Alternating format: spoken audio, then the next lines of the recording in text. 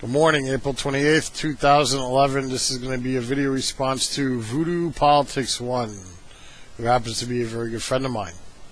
Good morning, Colonel. I just watched your video. I saw you made it as a response, and I'm down with that. Keep it up for a while, it's good discussion. I am going to disagree with you.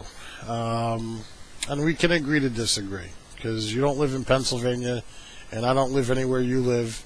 So you can keep your ideology of what police officers can and can't do wherever it is you live, and I'll hold my police officers more accountable in the state I live.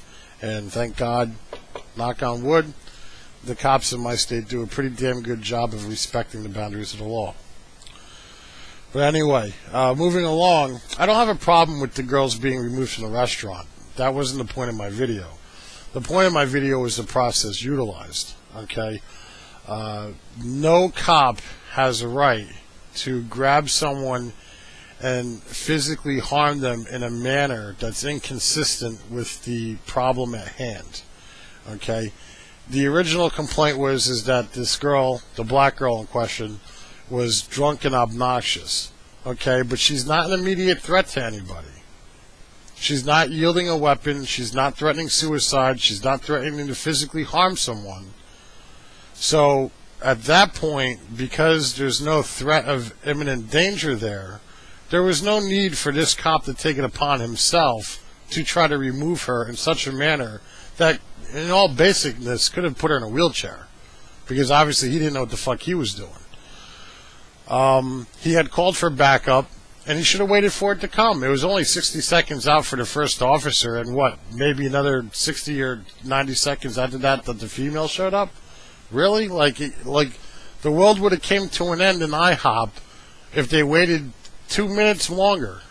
Because again, there's no imminent threat there. The woman in the black dress who got involved, rightfully so, did. And you know what? Bravo that she did.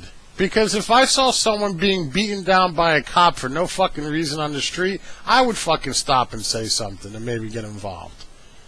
Because not for nothing, this shit's got to stop in this country. This ideology that, oh, well, you have to sit there and say and do whatever the cops tell you. Well, cops tell people a lot of things that are illegal.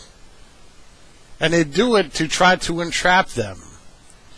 Because that's what they teach in police academy these days. They don't teach any longer that you're there to serve and protect. They teach that everyone's a crook and you just have to find out what they did wrong. You see it every day, and we live in the internet age. You cannot turn on the internet today and find out on a daily basis an instance somewhere in this country where a cop has overstepped their bounds and abused their authority and has either intimidated someone, threatened someone, or has even exceeded those boundaries and has wrongfully arrested somebody. And then you sit there and say, oh, but we should just go along with what the cops say. No, I don't think so.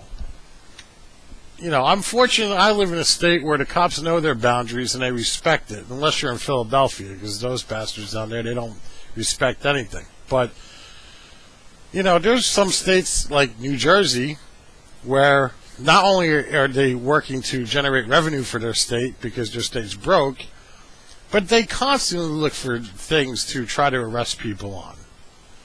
I used to get pulled over just because I had a Ron Paul bumper sticker on my truck. And Loretta's a witness to that. So, you're going to sit there and tell me that that's an okay use of authority by a law enforcement officer because somebody's got a political point of view different than him? I'm sorry, dude. I don't agree with that. So anyway, the girl in the black dress rightfully gets involved because she sees there's a miscarriage of justice being issued here, and I'm glad she did. And this cop took it upon himself to slap her, when you could see in the video that she had her hands across his arms trying to get his arms off of this girl's neck and the back of her head. Because not for nothing, if this cop was choking her, which that could have been, it happened so quick. You would sit there and say, hey, what the fuck are you doing? You're choking someone. So she gets slapped.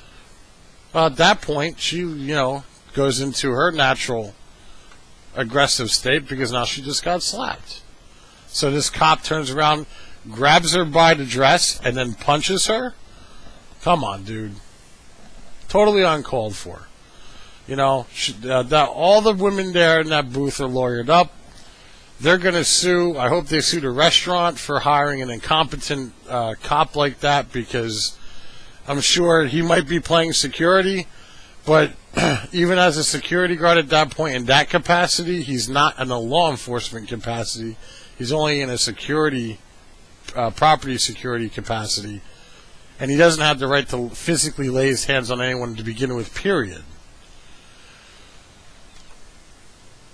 It was just 60 to 90 seconds, brother, and there was no imminent threat there. They had just waited. But instead he took it upon himself to play a hero. And I hope, because of that, I hope he loses his job. I hope they sue the city. I hope they sue IHOP. And maybe then some of the cops in that area will get their heads screwed on straight. Because honestly, it's unacceptable in my opinion. Until next time. Love you, brother. We can agree to disagree. Just keep it on your side of the border.